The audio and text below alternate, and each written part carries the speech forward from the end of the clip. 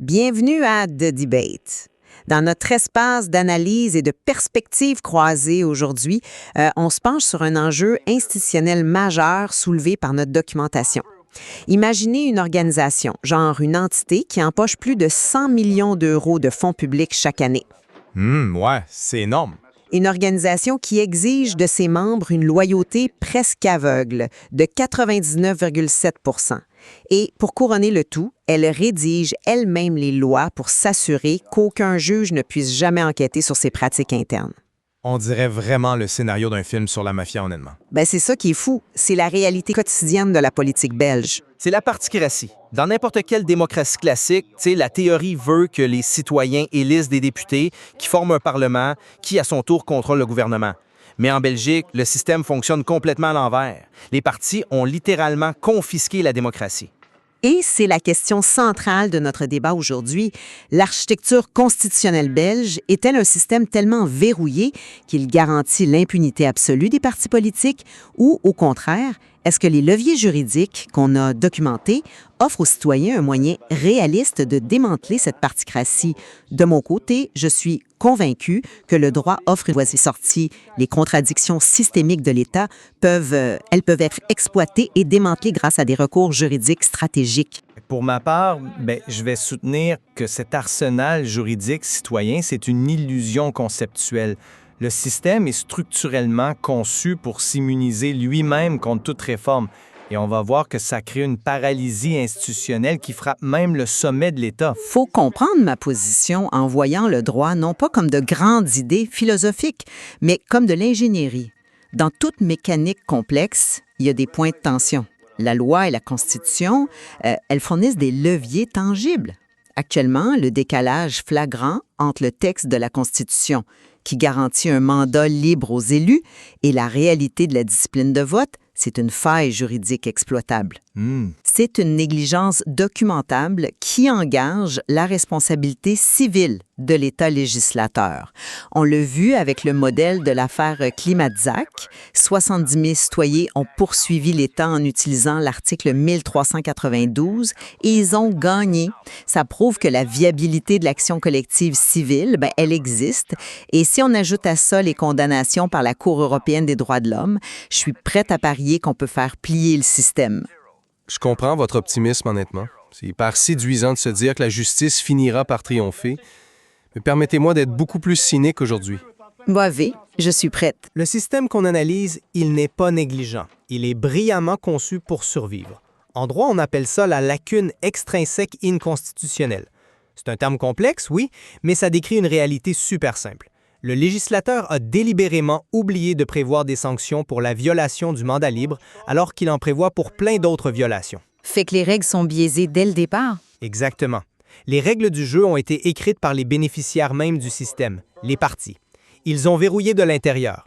Le but des voies internes dont vous parlez, c'est pas de rendre justice, c'est d'épuiser les citoyens, de les noyer sous les procédures. Attendez, je vous arrête là.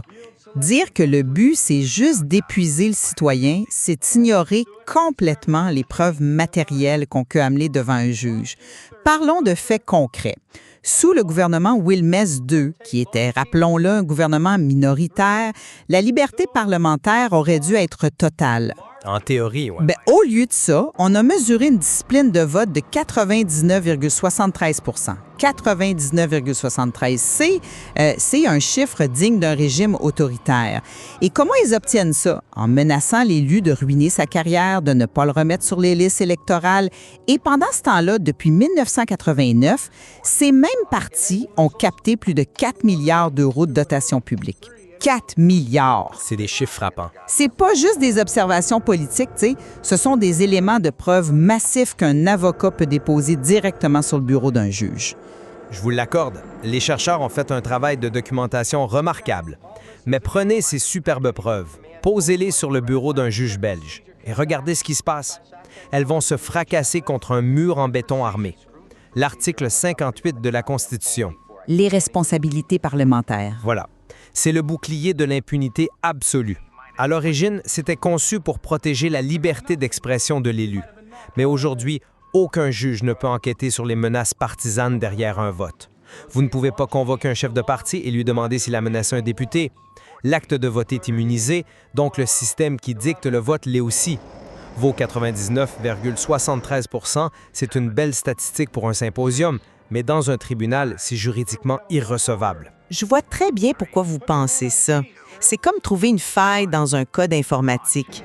L'immunité protège l'acte de voter, oui, fait qu'on n'attaque pas le vote. Mais vous attaquez quoi alors? On attaque la loi de financement de 1989. L'objectif n'est pas de poursuivre un député individuel.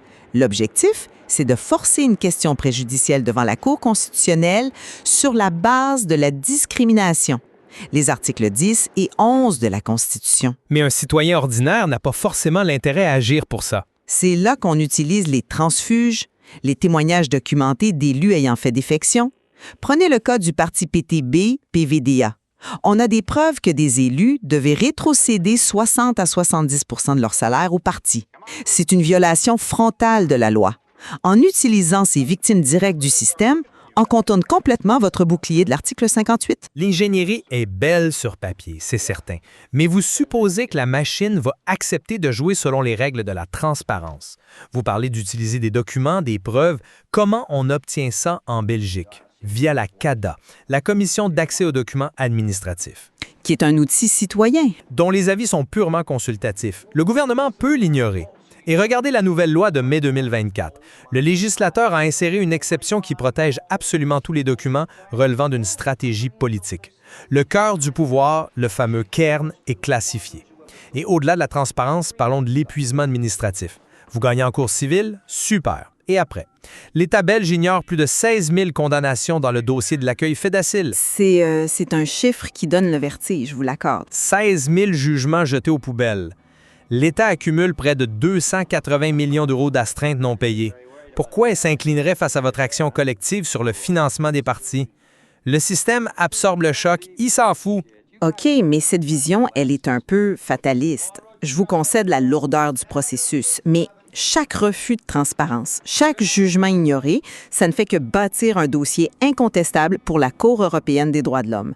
La CE2 a d'ailleurs déjà qualifié cette situation de carence systémique incompatible avec l'État de droit. Mais la CE2, ça prend des années. Faut épuiser les recours internes d'abord. Justement, on se sert de l'épuisement interne comme preuve. Et il n'y a pas que ça, il y a l'activation de la procédure de non-conformité, la règle 32, par le Gréco. Les recommandations ignorées s'accumulent. Et je reviens au précédent climat de sac. La jurisprudence supranationale a une force de frappe réelle. L'État a été forcé de modifier ses politiques sous peine de violer la Convention européenne. Sauf que là, on parle de la structure même du pouvoir. Vous croyez que la pression diplomatique européenne va briser la particratie? Moi, je vous dis que si l'État s'autorise à ignorer des milliers de condamnations, ça soulève un problème plus profond. Vers qui on se tourne pour garantir l'ordre constitutionnel au final? Le chef de l'État? Exactement! Le roi!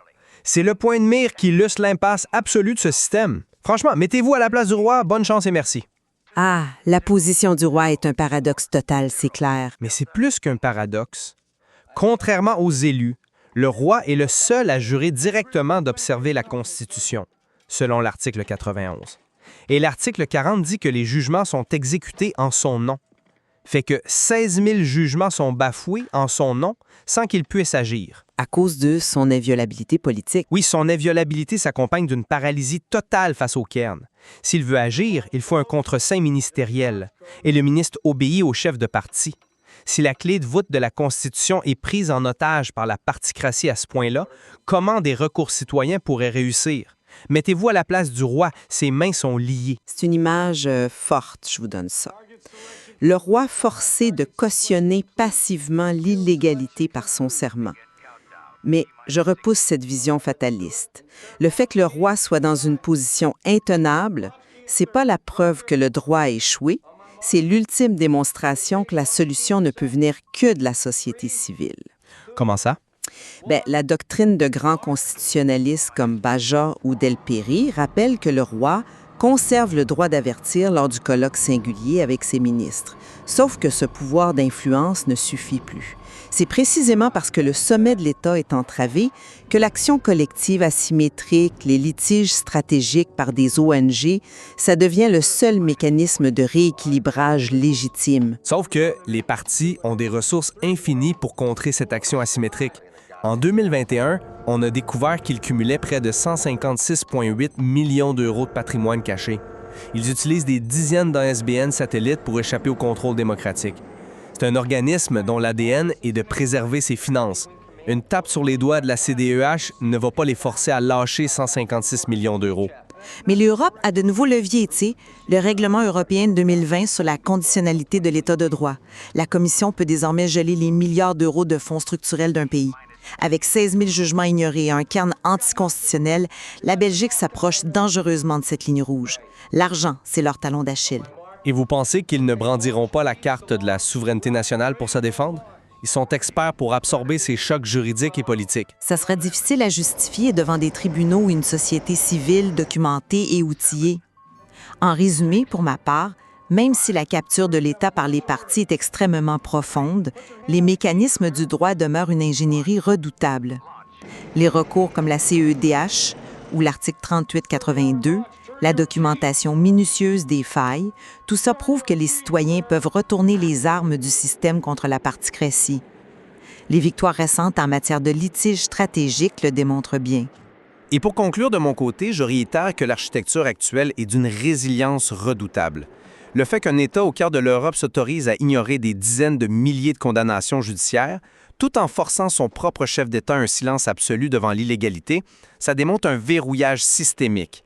De simples actions en justice, même collectives, peineront énormément à renverser une machine qui s'est immunisée de l'intérieur. Au final, on s'entend au moins sur une chose. La situation belge soulève des questions universelles et profondes, tu sais. Oui, tout à fait. Sur la capacité de nos démocraties occidentales à s'auto-corriger lorsque les règles du jeu ont été complètement confisquées. C'est un laboratoire politique fascinant. L'analyse de cette documentation offre encore de nombreuses pistes à explorer et on invite nos auditeurs à y réfléchir sérieusement. Merci pour ce débat de fond et à la prochaine.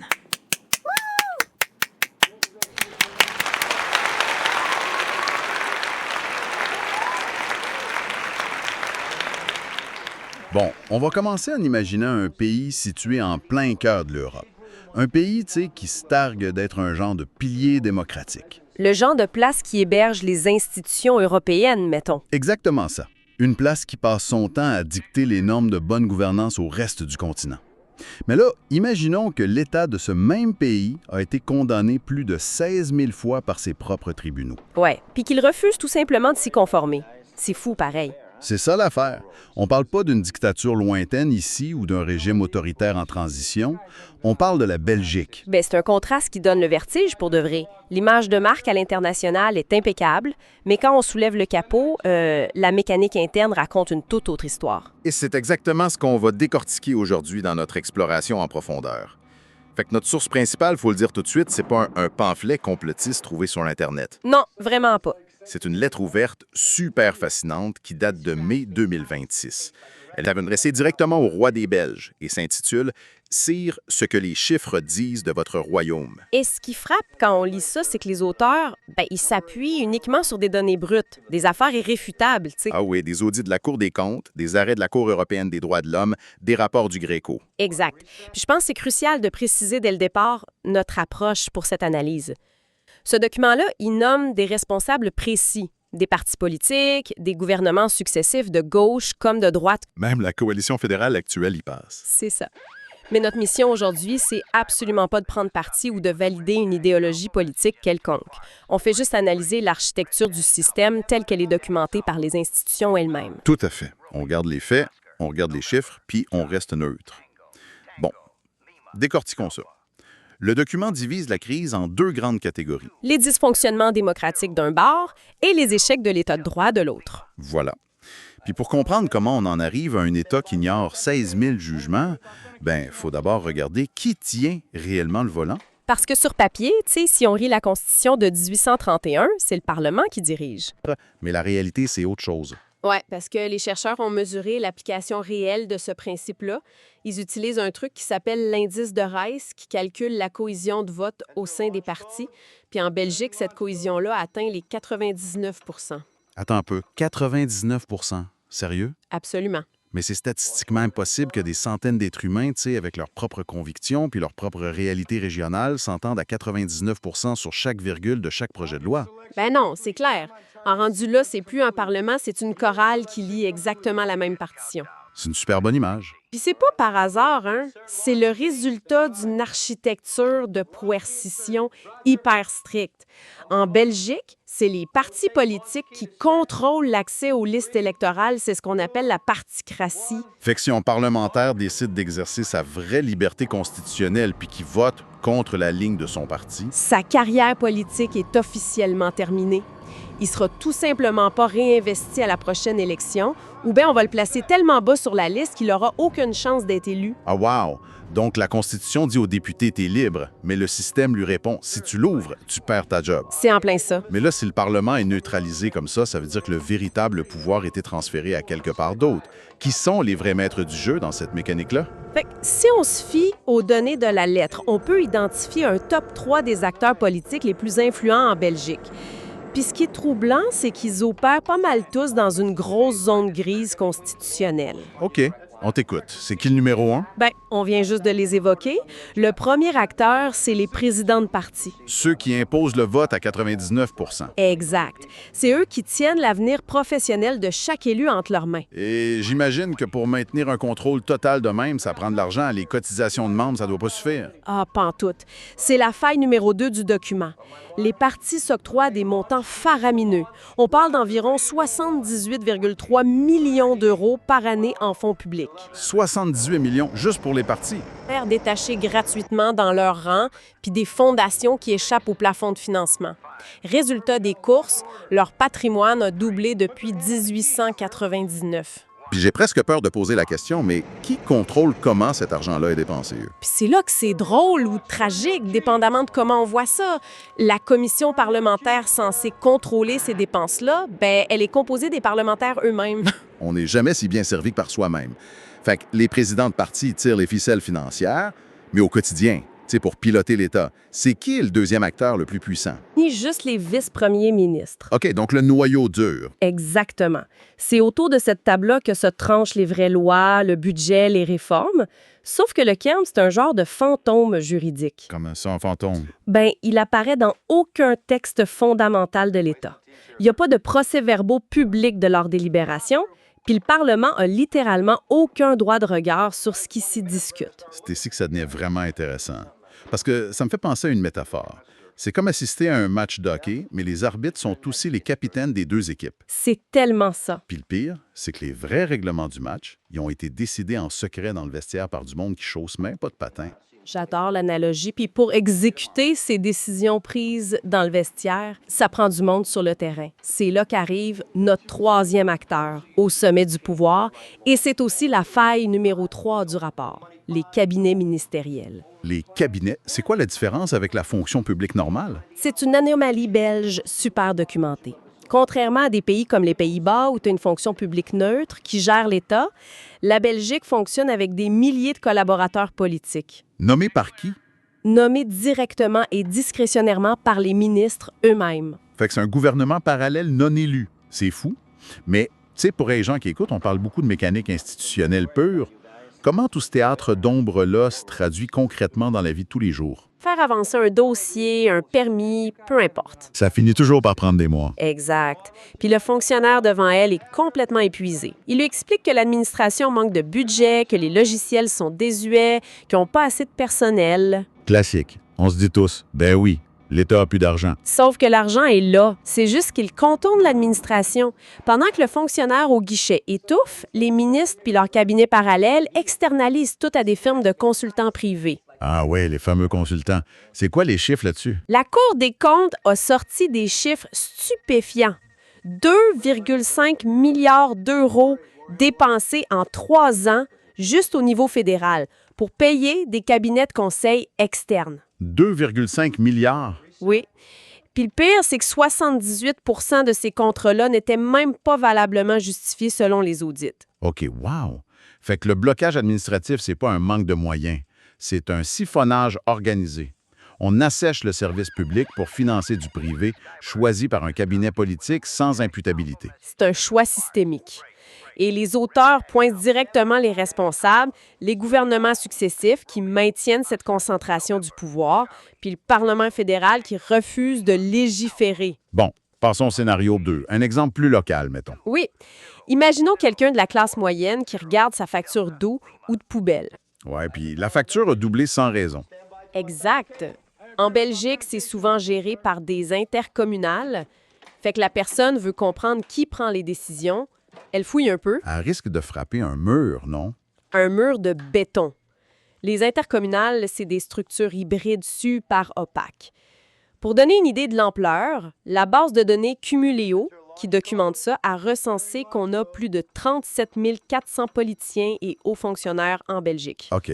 Puis depuis 2004, ce monde-là s'est partagé plus de 1,46 million de mandats. Attends, 1,46 million de mandats pour un pays d'environ 11 millions d'habitants? Délirant? C'est une industrie en soi, tu sais. C'est une toile d'araignée d'emplois puis de comités pour caser les cadres des partis. Fait que notre citoyen du scénario 2 se fâche pour de vrai.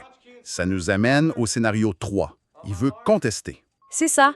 Il veut voir les documents de l'intercommunal qui fait grimper sa facture. Il fait une demande à la CADA, la Commission d'accès aux documents administratifs, et c'est là qu'on touche à la faille numéro 7. Qu'est-ce qui arrive avec la CADA? Bien, elle est conçue pour être inoffensive. Ses avis sont purement consultatifs. L'administration peut recevoir l'avis, le regarder, puis le jeter aux poubelles. Zéro pouvoir contraignant. Donc, si le citoyen s'obstine, il doit aller en cours. Il doit aller au Conseil d'État. Puis là, le système va l'achever financièrement. Tu as un délai strict de 60 jours. C'est tellement technique que tu es obligé d'engager des avocats ultra spécialisés. Qui coûte une fortune, j'imagine. Des milliers d'euros. Tout ça pour espérer un jugement dans 3 ou 4 ans. Fait qu'est-ce que tout ça veut dire? Ce labyrinthe-là, c'est pas un accident bureaucratique. C'est de l'ingénierie. C'est ce que la lettre appelle le non-recours. On épuise le monde pour maintenir le statu quo.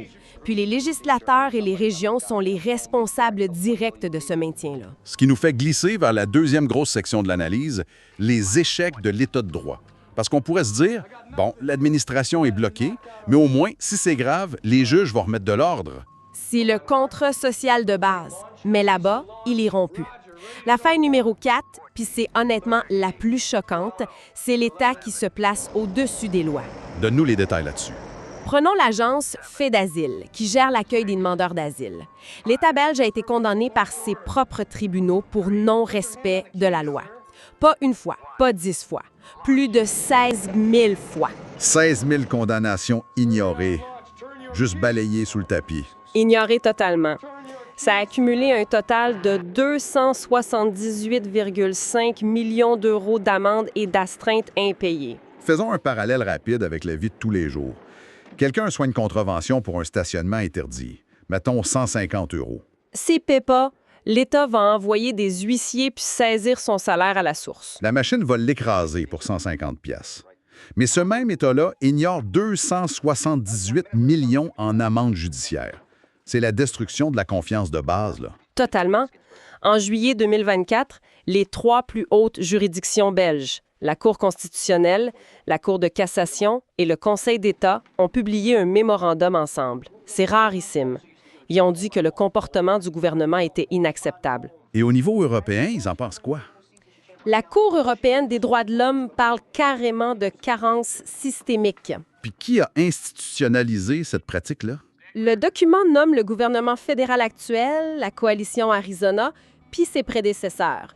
C'est un choix politique assumé de ne pas exécuter les jugements. Fait que si les citoyens sont bloqués, puis que les juges sont ignorés, il reste juste la pression internationale. Comment la Belgique se compare au reste de l'Europe là-dessus? C'est la faille numéro 6, le décrochage européen. L'Economist Intelligence Unit a reclassé la Belgique en démocratie défaillante, au 34e rang mondial. Ouch! Transparency International lui a donné son score le plus bas à vie, 69 sur 100. Puis le budget de la justice, moins de 0,25 % du PIB. Attends, 0,25? Ça les place où dans l'Union européenne, ça? 22e sur 27. C'est anémique. Mais le pire avertissement, c'est la faille numéro 5 avec le Gréco. Le Gréco, explique-nous ça un peu. C'est le groupe d'États contre la corruption du Conseil de l'Europe. Ils ont activé ce qu'on appelle la règle 32 contre la Belgique. La règle 32, c'est du sérieux? C'est l'alerte rouge. C'est une procédure très rare pour signaler qu'un pays bloque activement la lutte contre la corruption. Sur 22 recommandations, la Belgique en a suivi juste 8. Qu'est-ce qu'ils refusent de faire, au juste? Des trucs de base, tu sais. Pas de registre de lobbyistes crédibles. Les déclarations de patrimoine des élus sont gardées secrètes dans des enveloppes. Des enveloppes secrètes. On se croirait dans un mauvais film. Et aucune période de carence, le fameux cooling off pour les ministres. Un ministre peut démissionner un vendredi puis commencer à travailler lundi pour une multinationale qui était censée réguler. Mais là, je me fais l'avocat du diable. Comment un pays fondateur de ces institutions européennes-là peut juste s'en foutre? Pourquoi les avertissements glissent sur eux comme de l'eau sur le dos d'un canard? Bien, si on connecte les points, ça devient évident.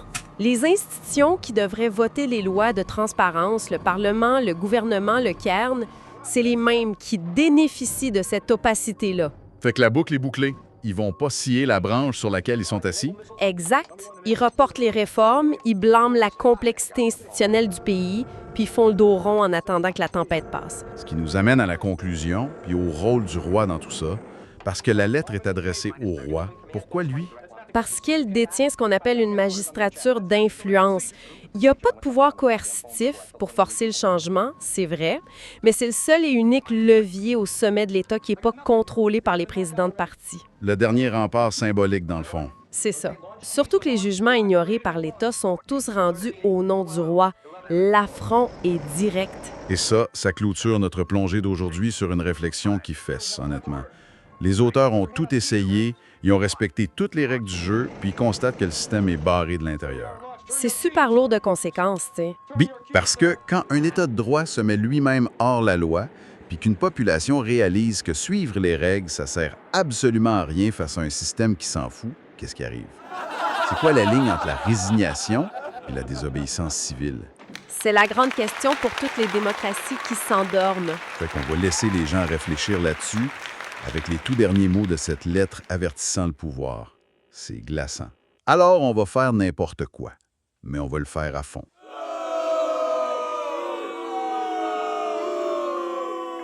Imaginez la scène juste un instant. D'un côté, 75 000 personnes qui envahissent les rues de Bruxelles. Ouais, c'est massif. Il y a des fumigènes, les aéroports sont complètement paralysés, les guichets de l'administration sont fermés, puis les slogans résonnent partout contre les façades des ministères. C'est bruyant, ça prend toute la place médiatique, c'est clair. Exactement.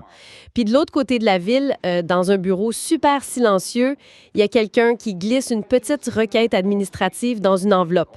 La personne envoie ça par courrier recommandé, puis elle commence à éplucher l'article 42 de la Constitution belge. Le contraste est vraiment frappant. Hein? On a l'expression brute et physique d'une colère sociale d'une part, et de l'autre, une mécanique juridique qui est froide, lente, presque chirurgicale, mettons. Bienvenue dans cette nouvelle plongée au cœur de nos sources. L'objectif aujourd'hui, c'est vraiment d'analyser cet affrontement fascinant en Belgique. La pression de la rue face à la pression des tribunaux, dans le fond. C'est en plein ça. On a devant nous une montagne de documents. Ça va de rapports sur la grande manifestation du 12 mai 2026 à des lettres ouvertes en passant par des guides citoyens ultra détaillés sur comment attaquer l'État en justice. Et juste une petite parenthèse hyper importante avant de plonger là-dedans, notre but n'est absolument pas de prendre parti. Non, pas toutes. On ne fait pas le procès des syndicats comme la FGTB ou la CSC qui manifestent, ni du gouvernement de la coalition Arizona qui passe ses réformes. L'idée, c'est de décortiquer de manière totalement neutre la mécanique de ces deux méthodes de contestation. On va voir qu'est-ce qui fait vraiment trembler un système institutionnel. Fait que pour commencer, il faut absolument définir la cible de cette contestation parce que le mot revient constamment dans nos sources. On parle de la particratie. La fameuse particratie. Ouais. Pour faire simple, c'est un système où le pouvoir réel n'est plus au Parlement ou dans les mains des élus individuellement, mais il est concentré entre les mains des présidents de partis politiques. Donc, c'est eux qui dictent les lignes de vote, genre? En plein ça. Dans les faits, un député ne vote plus selon sa propre conscience, mais vraiment selon la consigne du parti. Nos documents parlent d'une discipline de vote qui frôle les 99,73 %. C'est fou quand on y pense. Les gens élisent des représentants, mais au final, c'est juste une poignée de dirigeants de partis qui appuient sur tous les boutons. C'est exactement le constat que font les auteurs des recours juridiques. Alors, comment on conteste ça?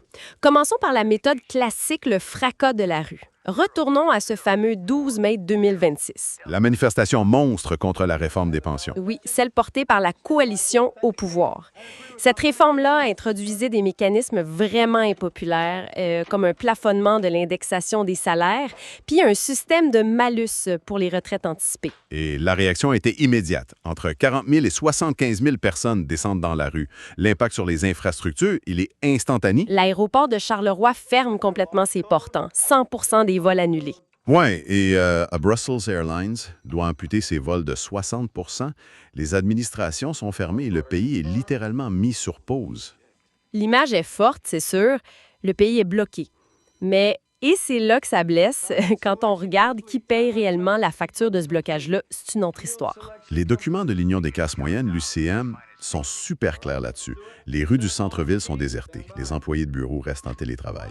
Fait que, au final, ce sont les petits commerçants, la boulangerie du coin, les PME locales qui encaissent tout le coût financier de la grève. Pendant ce temps-là, au niveau gouvernemental, il n'y a absolument rien qui bouge. Le ministre Vandenbroek maintient sa formule sans reculer d'un seul pouce. Fait que le blocage économique ne se traduit par aucune victoire politique concrète. Surtout que, et ça, c'est un point récurrent dans nos sources, la manifestation donne souvent des munitions inespérées aux politiciens pour changer de sujet. Ah, tu veux dire avec les débordements? Exactement. Le 12 mai, il y a eu des franges radicales qui s'en sont prises au siège du parti Amer à Bruxelles, puis à l'hôtel de ville de Liège avec des engins pyrotechniques. Ce qui est du pain béni pour discréditer tout le mouvement. Un chef de parti comme Georges-Louis Boucher va passer à la télé le soir même, ignorer complètement les 75 000 personnes qui parlent de leur pension pour faire tout son discours sur la violence. C'est la tactique classique de déviation. En fait, j'ai une analogie pour notre auditoire. C'est un peu comme klaxonner indéfiniment quand on est coincé dans un gros embouteillage sur l'autoroute. Ouais, je vois l'image. Ça fait un bruit épouvantable. Ça exaspère tous les autres conducteurs autour de nous, mais ça ne déplace pas le carambolage en avant d'un seul centimètre. C'est une super bonne comparaison. Le blocage physique frappe fort, mais il frappe la mauvaise cible. Le coût est assumé par des acteurs qui n'ont aucun pouvoir pour changer la loi. C'est ce constat d'échec qui pousse un nombre grandissant de citoyens à changer de champ de bataille. Si bloquer l'économie, ça fonctionne pas, qu'est-ce qui se passe si on décide de bloquer l'État en utilisant ses propres lois? Et ça nous amène directement à la fameuse stratégie juridique. Mais avant d'aller plus loin, il faut s'arrêter sur un paradoxe énorme qu'on voit dans les documents. On veut traîner l'État belge en justice pour le forcer à respecter les règles. Sauf que ce même État est pris en flagrant délit de blocage institutionnel. Ah oui, le dossier de l'accueil des demandeurs d'asile avec fait d'asile. C'est ça. Le gouvernement refuse d'exécuter plus de 11 000 et certaines sources disent même 16 000 condamnations judiciaires. C'est un chiffre qui donne carrément le vertige. On parle de dizaines de milliers de décisions rendues par des juges que l'État ignore purement et simplement. Puis les astreintes financières accumulées par l'État pour ces refus-là, ça se chiffre en centaines de millions d'euros. La Cour européenne des droits de l'homme est même intervenue pour qualifier la situation de carence systémique. L'État bafoue le droit à ciel ouvert. Fait que d'où mon énorme interrogation. Si un gouvernement s'assoit aussi confortablement sur 16 000 jugements, pourquoi est-ce qu'une nouvelle condamnation civile lui ferait soudainement peur? C'est là que la nuance des guides juridiques citoyens est vraiment brillante. L'objectif de cette action en responsabilité civile, basée sur l'article 1382 du Code civil, ce n'est pas d'obtenir de l'argent. Ah non! Non. Le modèle qu'ils suivent, c'est l'affaire Climat-Zac, où des milliers de gens ont fait condamner l'État pour inaction climatique. La vraie cible, c'est de déclencher ce qu'on appelle une question préjudiciale. Une question préjudiciale, c'est-à-dire qu'on force un juge de première instance à demander l'avis d'une cour supérieure. En simplifiant, oui. Quand des citoyens amènent un dossier super solide devant un juge civil, ils obligent ce juge à se tourner vers la Cour constitutionnelle pour lui poser une question précise sur une lacune inconstitutionnelle. Fait que le but, c'est de forcer le plus haut tribunal à débattre publiquement du financement des partis. C'est ça. L'État belge finance les partis à hauteur d'environ 108,7 millions d'euros par année. Et la question préjudicielle pointe la faille. Comment on peut financer des partis qui imposent une discipline de vote stricte alors que l'article 42 garantit le mandat libre des élus? Cet article dit que les élus doivent voter selon leur conscience, pas selon les ordres du parti. Exact. Fait que même si la Cour finit par rejeter la plainte, le simple fait de l'obliger à organiser un débat public là-dessus, c'est une victoire. Ça force le système à se regarder dans le miroir. Exactement. Mais on s'entend, pour monter ce genre de dossier, il faut des preuves. C'est là que je me posais des questions. Comment un simple citoyen peut percer l'opacité d'un système qui vote en bloc à 99 %? Ces présidents de partis-là ne laissent pas traîner des courriels disant « vote ça ou je t'envoie ». Frapper le système avec des preuves tangibles, c'est le cœur du travail. La méthode, c'est le harcèlement administratif. Ça utilise la Commission d'accès aux documents administratifs, la fameuse CADA. OK, comment ça marche en pratique? Bien, il y a une loi votée en mai 2024 qui a étendu la transparence au cabinet ministériel. L'idée, c'est de multiplier les demandes pour obtenir les instructions de vote écrites.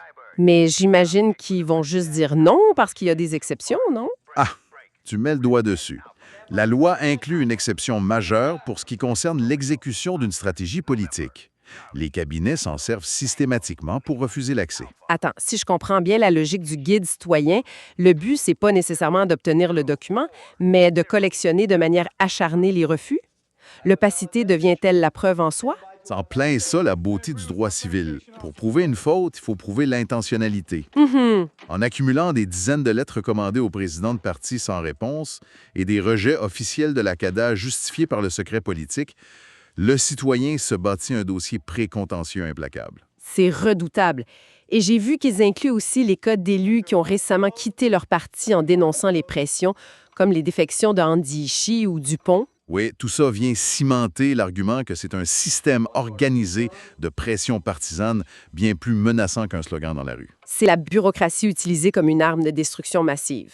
Mais le civil, on le sait, ça reste un marathon. Dans nos sources, il y a une autre voie qui est proposée, le droit pénal.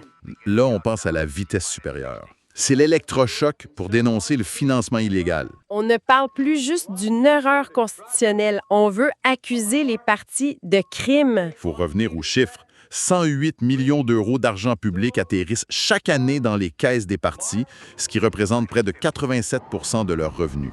C'est énorme. Et en plus de ça, les partis possèdent un patrimoine caché dans des dizaines d'ASBL, des associations sans but lucratif satellites. Par exemple, 39 pour le Vlaams Belang, 38 pour le CDH, 27 pour le PS. Fait que c'est fascinant. On arrête de voir les partis comme des entités intouchables et on commence à les traiter exactement comme des entreprises privées qui feraient de la fraude avec l'argent des contribuables. C'est exactement l'angle d'attaque. L'utilité de la plainte pénale, c'est de poursuivre les ministres ou présidents de partis pour détournement de fonds publics, abus de biens sociaux ou prise illégale d'intérêts. Il y a eu un précédent d'ailleurs, la plainte d'octobre 2025 contre la ministre Van Bossuyt pour le non-respect des jugements d'accueil. Oui, mais attention, et c'est une mise en garde hyper claire dans les documents, c'est extrêmement risqué. J'imagine, oui. Tu t'attaques à une machine super puissante. La menace, ce sont les SLAP, les poursuites bâillons. Si un citoyen dépose une plainte pénale sans avoir des preuves matérielles blindées, il s'expose à des poursuites pour dénonciation calomnieuse. Ah, ils vont l'écraser sous les frais d'avocat. Complètement. C'est pour ça que la loi sur les lanceurs d'alerte de 2022 est cruciale, car elle offre une nouvelle protection. Mais ça reste le parcours du combattant. Ce qui nous amène au problème fondamental de toutes ces démarches-là. Que ce soit au civil, à la CADA ou au pénal, on se heurte souvent à un mur institutionnel belge. Le fameux mur de la particratie. Exact. Les juges de la Cour constitutionnelle, par exemple, sont souvent d'anciens parlementaires nommés par les mêmes partis qu'on essaie de poursuivre. C'est un peu le juge et parti, non? Alors, elle est où la véritable ligne d'arrivée? La ligne d'arrivée, c'est l'arbitre ultime. La Cour européenne des droits de l'homme, la CDH à Strasbourg, et plus largement, les instances internationales. Donc, si je comprends bien, les tribunaux belges ne sont en fait qu'une salle d'attente obligatoire. C'est une excellente façon de le dire. La règle, c'est l'épuisement des voies de recours internes. Tu dois brûler tes recours en Belgique pour déverrouiller la porte de l'Europe. Fait que la stratégie, c'est pas nécessairement de gagner au premier tour, mais de créer un contentieux systémique. En plein ça. Chaque refus d'un juge belge vient documenter l'absence de recours interne effectif, ce qui est une violation directe de l'article 13 de la CEDH. Et une fois rendu à Strasbourg, est-ce que ça marche fini? La jurisprudence est super encourageante. L'arrêt Tomenko contre Ukraine, en 2025, a statué explicitement que la suprématie du parti sur l'élu place les partis au-dessus de l'électorat. Wow, ça c'est fort. Il y a aussi l'arrêt Mujemango qui condamne l'auto-jugement parlementaire en Belgique. La CEDH est la juridiction que le gouvernement redoute le plus. Et il y a d'autres leviers internationaux, non? J'ai vu le CEDS ou l'ONU dans nos notes. Oui, le Comité européen des droits sociaux, le CEDS, permet des plaintes collectives via les syndicats et l'ONU a son examen périodique universel prévu pour 2026-2027. Ça, c'est quand les ONG soumettent des rapports parallèles pour forcer la Belgique à s'expliquer devant 192 pays. L'humiliation diplomatique ultime. Absolument. C'est un levier de pression monumental qu'un simple slogan dans la rue ne peut pas égaler. Fait que si on récapitule notre exploration aujourd'hui, on voit vraiment deux mondes. Contester dans la rue, ça offre une visibilité immédiate, une espèce de catharsis. Mais ça fait peser le coup sur l'économie locale sans faire plier un gouvernement. Et à l'inverse, l'attaque juridique contre la partie classique, ça demande de la paperasse, une patience de fer pour épuiser les recours, mais ça frappe directement le cœur du système. Le financement de 108 millions d'euros, la Constitution et le droit international. C'est une stratégie de fond. Lettre ouverte au roi. Oui, c'est la cerise sur le gâteau de ce dossier institutionnel. Et c'est assez fascinant. Selon l'article 91, le roi est le seul acteur institutionnel belge à prêter serment directement d'observer la Constitution. Et pourtant, il ne faut pas oublier que tous ces jugements que l'État ignore allègrement, ces milliers de décisions sur l'accueil des demandeurs d'asile, ils sont rendus, je cite, « au nom du roi ». Exact. Mais son fameux colloque singulier et ses rencontres discrètes avec le gouvernement, ça ne laisse aucune trace. Personne ne sait ce qui s'y dit. C'est le secret d'État absolu. Fait que ça nous laisse avec une question à méditer pour notre auditoire. Dans ce système parfaitement verrouillé par les partis, face à ces milliers de condamnations inexécutées, l'ultime recours constitutionnel ne résiderait-il pas dans le silence même du roi? C'est une question lourde de sens. Le gardien ultime de la Constitution est le seul dont personne ne peut vérifier s'il respecte réellement son serment. Une réflexion vraiment vertigineuse à garder en tête lors de la prochaine crise politique. Merci de nous avoir suivis dans cette plongée au cœur de nos sources et on se retrouve pour une prochaine exploration. Imaginons un instant. Mettons qu'on achète un billet extrêmement cher pour aller voir un groupe de musique légendaire. Oui, un billet de concert qui coûte une fortune. C'est ça. On arrive dans la salle, les lumières s'éteignent, la foule capote, les musiciens montent sur scène avec une énergie folle.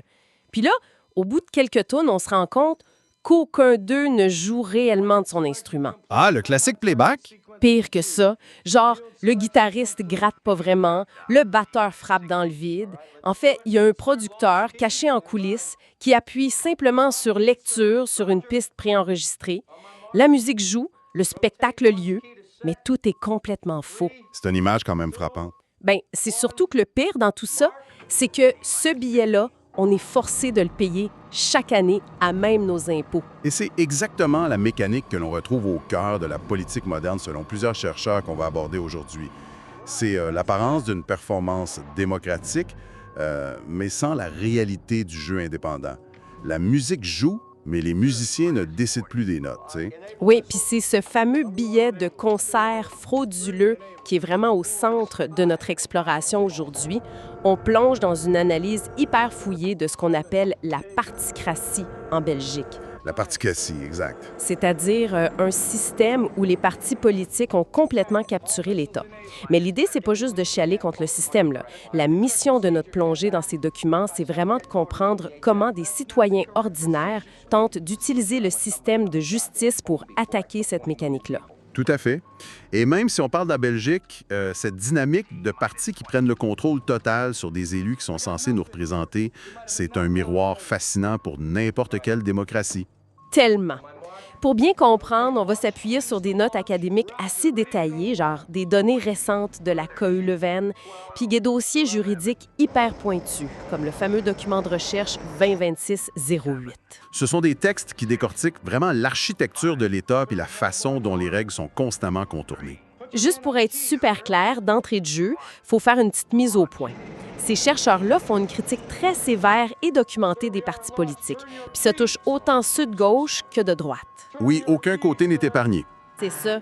Fait que notre rôle ici, c'est pas de prendre parti ou de dire qu'ils ont raison sur toute la ligne. L'objectif, c'est de regarder le moteur sous le capot de façon neutre et de décortiquer objectivement la mécanique juridique que ces citoyens essaient d'utiliser. Exactement. OK, décortiquons ça. Avant de parler de poursuite ou d'avocat, c'est quoi la faute de base? Qu'est-ce qu'on reproche exactement à l'État belge dans ces fameux documents? La faute fondamentale, c'est la violation d'un texte fondamental. C'est la violation d'un serment, en fait.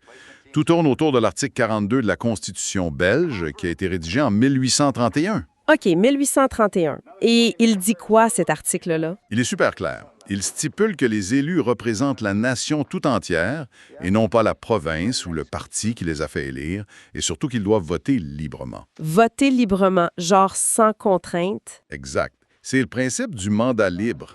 Historiquement, ça a été pensé spécifiquement pour interdire ce qu'on appelle le mandat impératif. Le mandat impératif. Oui, c'est-à-dire l'obligation pour un élu de recevoir puis de suivre des ordres de vote précis de la part d'un groupe.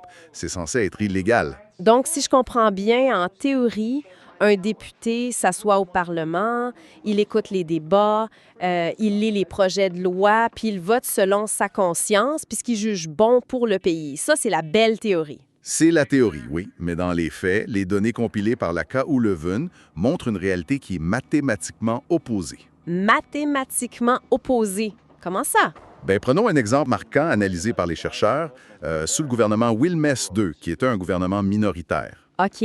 En sciences politiques, un gouvernement minoritaire, c'est normalement le moment où la liberté de vote des députés devrait être à son maximum.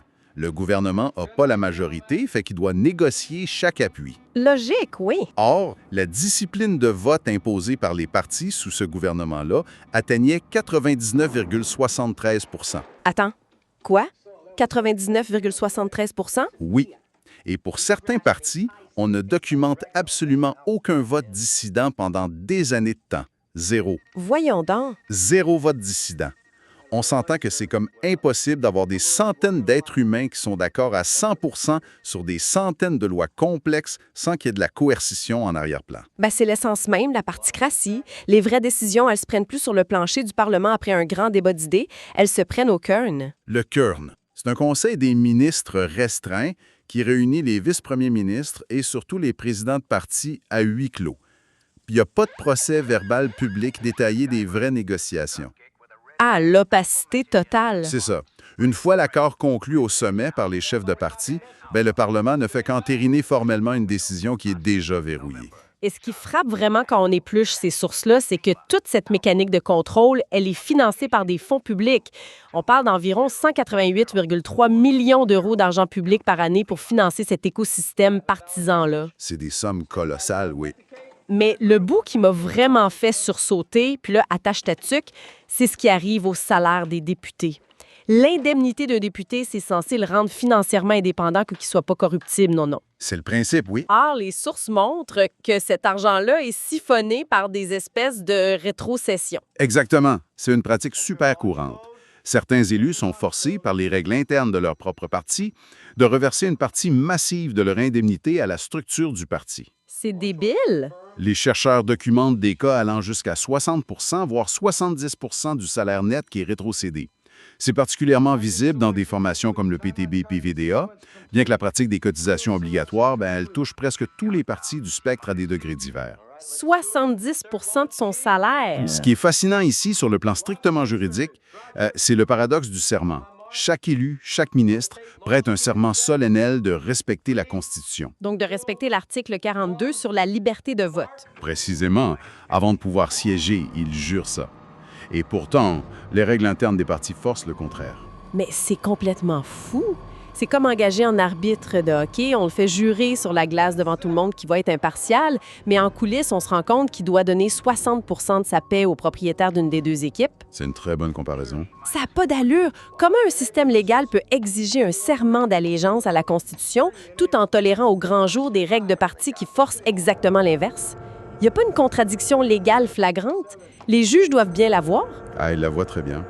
Mais la subtilité en Belgique réside dans une séparation super stricte entre ce qu'on considère être le droit et ce qu'on considère être un fait politique. OK, explique-moi ça. Historiquement, la Cour constitutionnelle belge a maintenu que la discipline de parti relève d'un fait sociologique. En gros, les juges disent on n'a pas à s'immiscer dans la cuisine interne des partis. C'est de la politique, c'est pas du droit qu'on peut contrôler. Ah, la belle excuse! C'est ce découplage hermétique-là qui protège le système depuis des décennies. OK, je te suis. Fait qu'on a une constitution qui est carrément contournée tous les jours, mais la plus haute cour du pays refuse de s'en mêler en disant, tu sais, c'est pas de nos affaires. Exactement. Mais là, si la porte d'en avant est barrée, comment un citoyen ordinaire, quelqu'un sans formation juridique, peut espérer amener ça devant un juge? C'est là que ça devient vraiment intéressant dans l'analyse. Il y a comme une faille secrète. Oui, c'est vraiment le cœur de la stratégie détaillée dans les documents de recherche. Puisqu'on ne peut pas attaquer frontalement les règles des partis devant la justice constitutionnelle, la solution de contournement, c'est d'utiliser le Code civil ordinaire. Le Code civil? Mais c'est pas juste pour les chicanes de voisins puis les divorces, ça? Pas seulement. On parle spécifiquement de l'article 1382. C'est le fondement de la responsabilité civile extra-contractuelle. OK. Pour ceux qui nous écoutent puis qui mangent pas du Code civil au petit déjeuner, l'article 1382, en mots simples, ça dit quoi? C'est le principe de base de la responsabilité. En gros, si quelqu'un cause un dommage à autrui par sa faute, il doit le réparer. OK, logique. Si je lance une balle de baseball et que je brise la fenêtre de mon voisin par négligence, ben je paie la fenêtre. Sauf que, dans la stratégie qui nous intéresse, l'auteur du dommage, c'est pas un voisin maladroit. C'est l'État belge lui-même. L'État belge. Oui.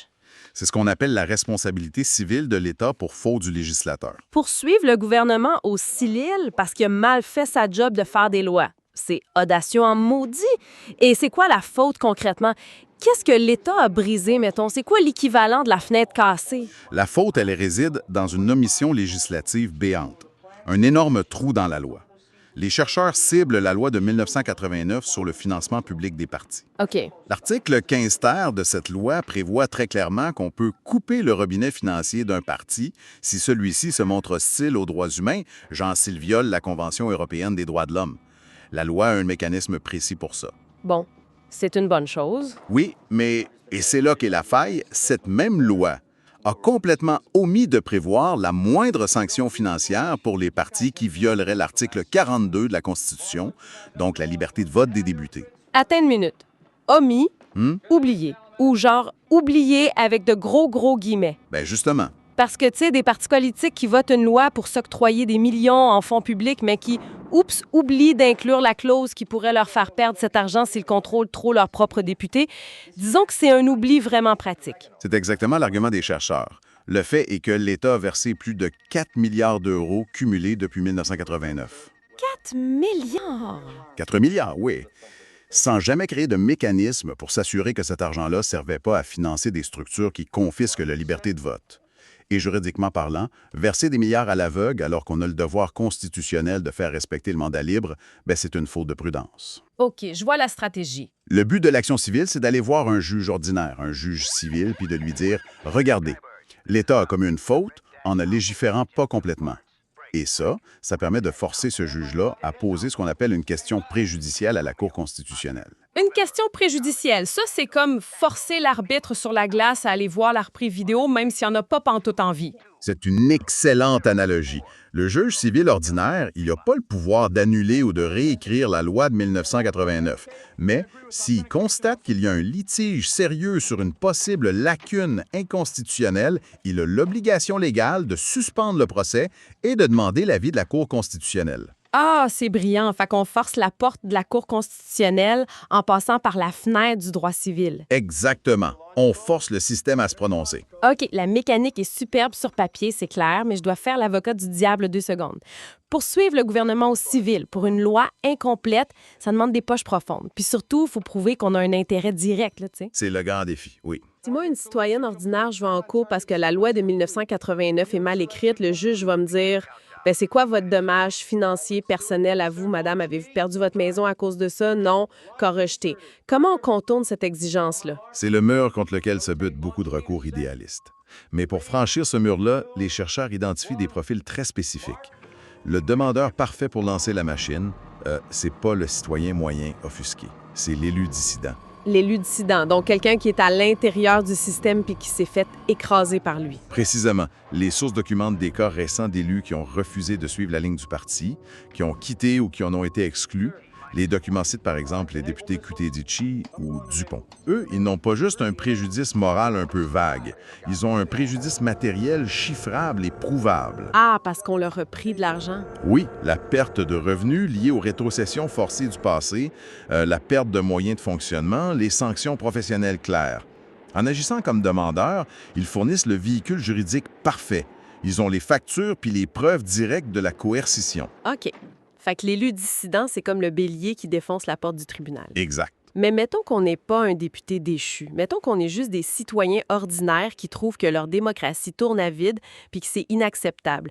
Est-ce qu'on est juste condamné à regarder les anciens politiciens faire le travail en cours? Les documents qu'on a lus proposent une autre voie pour nous, non? Absolument. Et c'est là que l'analyse s'inspire de ce qui se fait de plus moderne en droit public. C'est la force du nombre. Pour le citoyen, l'idée, c'est de réussir à transformer un simple constat d'observateur en une preuve matérielle solide. On parlait tantôt des fameux 99,73 % de discipline de vote.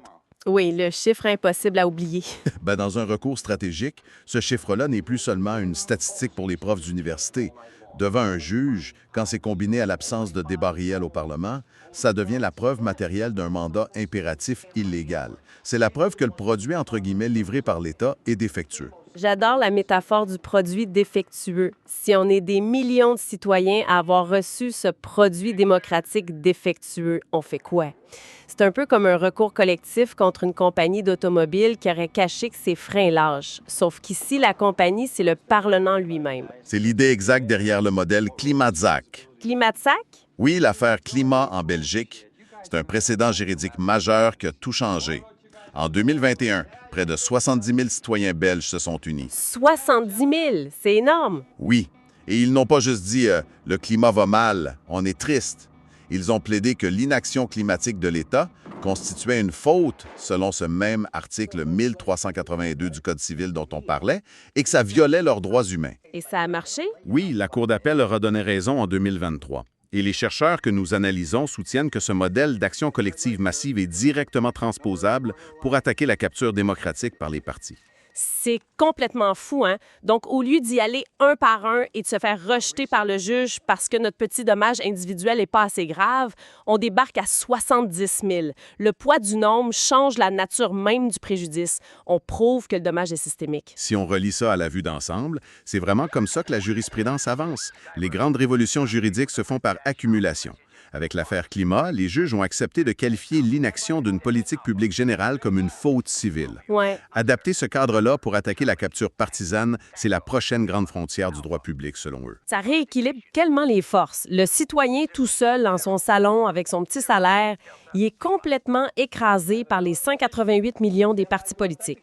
Mais en groupe, bam, il devient une force de frappe. Tout à fait. Cela dit, il y a quand même un éléphant dans la pièce qu'il faut aborder. On demande aux tribunaux belges de condamner le système politique belge. Qu'est-ce qui arrive si les juges refusent de mordre la main qui les a nommés? Parce que si on regarde la composition des cours, c'est pas super rassurant. C'est le verrou structurel interne le plus inquiétant qui est identifié dans nos sources. La Cour constitutionnelle belge, celle-là même qui devrait trancher à la toute fin, elle est composée pour moitié d'anciens parlementaires. Ah, mon Dieu! Et comment sont-ils nommés? À la majorité des 2/3 du Parlement, donc par les présidents des grands partis eux-mêmes. Voyons donc, c'est littéralement demander au conseil d'administration d'une entreprise de se condamner lui-même pour fraude. Les chances sont minces. Il y a un conflit d'intérêts gros comme le bras. Si le système interne est complètement verrouillé par ce qu'on appelle la prudence politique, on fait quoi? On sort du pays? C'est la solution. L'analyse pointe vers l'axe ultime, la Cour européenne des droits de l'homme, la fameuse CEDH, qui siège à Strasbourg. OK. C'est la juridiction supranationale. Et s'il y a bien une cour qui fait transpirer l'État belge, c'est celle-là. Parce qu'elle est hors de l'influence directe du Cairn et des partis belges. Et les chercheurs s'appuient sur une jurisprudence très récente et explosive, l'arrêt Tomenko contre Ukraine de 2025. Tomenko contre Ukraine. Mais attends, l'Ukraine, c'est un contexte géopolitique qui est très différent de la Belgique, là. Pourquoi cet arrêt de Strasbourg est si pertinent pour notre histoire de particratie belge? Parce que la Convention européenne s'applique à tous ses membres de façon égale. Dans l'affaire Tomenko, la Cour a statué, de manière retentissante, que la suprématie d'un parti sur le libre arbitre d'un élu viole fondamentalement les principes démocratiques. OK, fait qu'ils l'ont écrit noir sur blanc. Oui, la CEDH a écrit noir sur blanc que des mécanismes qui forcent un élu à suivre la ligne sous peine de sanction, ça place les partis politiques, et je cite, au-dessus de l'électorat souverain. Wow! Strasbourg trace une ligne rouge super claire. C'est une jurisprudence directement transposable. L'Europe vient de dire qu'elle ne tolère pas qu'on vide la démocratie de sa substance via des règlements internes de partis. C'est une véritable épée de Damoclès au-dessus de la Belgique. Bon, au moins l'ombre de l'Europe plane, c'est un peu rassurant, mais la réalité juridique, on va se le dire, c'est que la route jusqu'à Strasbourg est longue. Il faut souvent des années et des années pour épuiser tous les recours internes avant même d'y avoir accès. C'est le problème de la justice internationale, oui. En attendant ces procès tutanesques-là, le citoyen ordinaire fait quoi? Il attend sur son divan? Ah, les documents qu'on épluche parlent d'outils d'action directe. Un truc appelé l'accès à l'information. C'est l'autre volet de la stratégie, l'action citoyenne au quotidien. En Belgique, la Constitution garantit le droit d'accès aux documents administratifs, un processus qui est géré notamment via la CADA, la Commission d'accès aux documents administratifs. Juste pour clarifier pour quiconque nous écoute, la CADA, c'est l'organisme qui gère quand on demande des papiers au gouvernement puis qu'ils ne veulent pas nous les donner, c'est bien ça? C'est ça, c'est l'arbitre de la transparence. La stratégie proposée par les chercheurs, c'est d'utiliser ce droit-là de manière massive pour cibler ce qu'on appelle les cabinets ministériels. Les cabinets ministériels... Ce sont des structures immenses en Belgique. On parle de 2800 à 3200 collaborateurs de cabinets. 3200? C'est gigantesque comparé aux pays voisins. Et c'est là que les vraies décisions politiques se trament, complètement loin de la fonction publique neutre. OK, mais là, si on envoie des milliers de requêtes, est-ce que ça risque pas juste d'écœurer des fonctionnaires ordinaires qui font de leur mieux pour traiter la paperasse au lieu de frapper les grands chefs de parti en haut, tu sais? C'est ce qu'on appelle du harcèlement administratif, non? C'est un risque de perception qui est réel. Mais les auteurs expliquent que l'objectif n'est pas de paralyser le fonctionnaire au bas de l'échelle. L'objectif, c'est la documentation de l'opacité. La documentation de l'opacité, c'est-à-dire? Voyez-vous, en mai 2024, une loi a théoriquement étendu la transparence à ces fameux cabinets ministériels. Mais le législateur a immédiatement créé une exception pour tout document qui relèverait de la stratégie politique. Ah, le beau passe-droit. Tout peut devenir de la stratégie politique si on le veut bien. Exactement. Et c'est là qu'est le piège. Le but d'envoyer ces requêtes précises sur des instructions de vote ou des mémos de parti n'est pas nécessairement d'obtenir le document, c'est de provoquer un refus officiel. Fait qu'on veut se faire dire non. Oui, chaque fois que l'État refuse de dévoiler un document en invoquant cette exception super vague de stratégie politique, ce refus devient une pièce à conviction. C'est une preuve matérielle d'opacité systémique. C'est brillant. Le citoyen est littéralement en train de construire, refus par refus, le dossier de preuve qui sera utilisé plus tard dans les recours civils collectifs ou devant la Cour européenne. C'est un travail de fourmi, mais c'est tellement intelligent. Si on résume la portée de tout ce qu'on vient d'explorer, là, attaquer une pieuvre énorme comme la particratie, ça se fait pas avec une seule arme. Non, ça prend un arsenal. Ça prend des failles civiles comme la fameuse omission de la loi de 1989. Ça prend la force du nombre avec des recours collectifs massifs comme l'affaire climat. Ça prend la menace de la Cour en Europe, puis ça prend la ténacité de citoyens qui forcent le système à documenter ses propres secrets administratifs. Le citoyen a bien plus de pouvoir qu'il ne le croit face aux appareils politiques. Tout à fait. Mais vous savez, toute cette architecture de responsabilisation qu'on vient de décrire, ça soulève une dernière question très profonde que nos sources mettent en lumière. Oh, vas-y. Une question qui donne vraiment une toute autre dimension à cette mécanique politique. On vient de passer presque 20 minutes à parler des députés, des présidents de partis, des juges, puis des citoyens qui doivent se battre avec le Code civil pour forcer le respect de la Constitution. Ouais. Mais il y a une ironie majeure dans l'architecture de l'État belge. Il y a quelqu'un dont le seul travail constitutionnel est d'être le gardien ultime de cet État. Le roi. Le roi. C'est vrai, la Belgique est une monarchie, mais son rôle, c'est pas juste symbolique, genre couper des rubans. Pas sur le plan de la responsabilité morale et légale suprême. Contrairement à tous les autres élus qui prêtent serment au roi, le roi, lui, est le seul acteur institutionnel à jurer directement d'observer la Constitution devant la nation. OK. C'est son contrat direct. Et l'article 40 stipule clairement que les jugements des tribunaux sont exécutés en son nom. Au nom du roi. On entend ça souvent. Or, les chercheurs rapportent un chiffre troublant. Récemment, notamment lors de la crise de l'accueil des demandeurs d'asile, l'État belge a été condamné plus de 11 000 fois en justice. 11 000 fois. 11 000 jugements. Et ces jugements, rendus au nom du roi, ont été carrément ignorés par les politiciens en place. L'inviolabilité du roi est absolue dans le système belge, ce qui le protège de toute poursuite, mais fait de lui le garant ultime du système. Et pourtant, ces réunions hebdomadaires avec le premier ministre, ce qu'on appelle le colloque singulier, ça reste le secret le mieux gardé du pays. Fait qu'on a un roi qui a juré de protéger la Constitution, qui voit l'État se faire condamner 11 000 fois en son nom, sans que les partis ne bougent le petit doigt, et qui continue de rencontrer les dirigeants en secret. C'est la conclusion provocatrice de ces analyses-là. Pour quiconque souhaite creuser davantage, c'est une réflexion fascinante.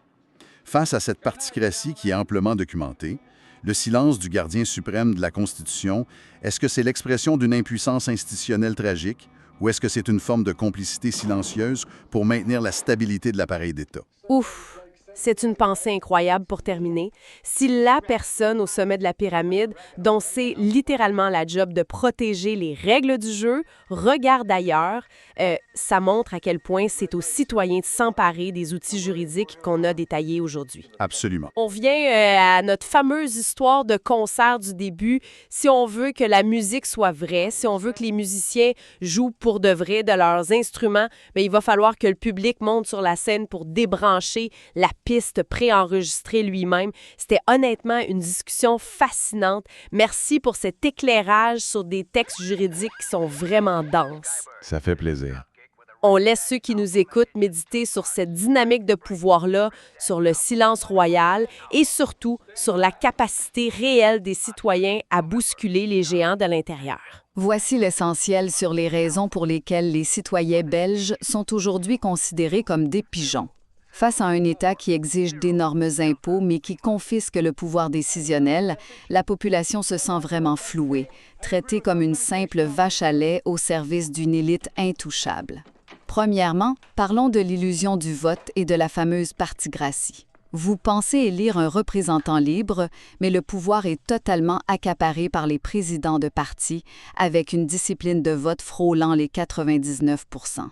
Honnêtement, le Parlement s'est rendu un simple théâtre d'ombre, une vraie chambre d'enregistrement où les députés font juste réciter un scénario dicté d'avance. Deuxièmement, vu que ces partis contrôlent tout, ils fonctionnent en vase clos. Avec votre argent, ils reçoivent 75 millions d'euros publics par année, soit 74 % de leurs revenus. Pendant ce temps-là, les vraies décisions se prennent en cachette dans un comité restreint, le Cairn, sans aucun procès-verbal. Sérieusement, comment exiger du citoyen qu'il paye ses impôts quand l'État se comporte carrément en État voyou en ignorant des milliers de décisions de justice qui font pas son affaire? Finalement, cette hypocrisie crée une méfiance chirurgicale. Mais attention, on parle pas d'anarchie pantoute. Les gens font la part des choses. Ils soutiennent massivement le filet social avec une confiance de 87 % envers le système de santé. Par contre, la confiance envers les partis s'effondre. Le citoyen n'est pas contre l'État. Il perçoit juste la classe politicienne comme un intermédiaire purement parasite. Être un pigeon en Belgique, c'est finalement financer au prix fort une démocratie dont on a complètement été exclu des coulisses.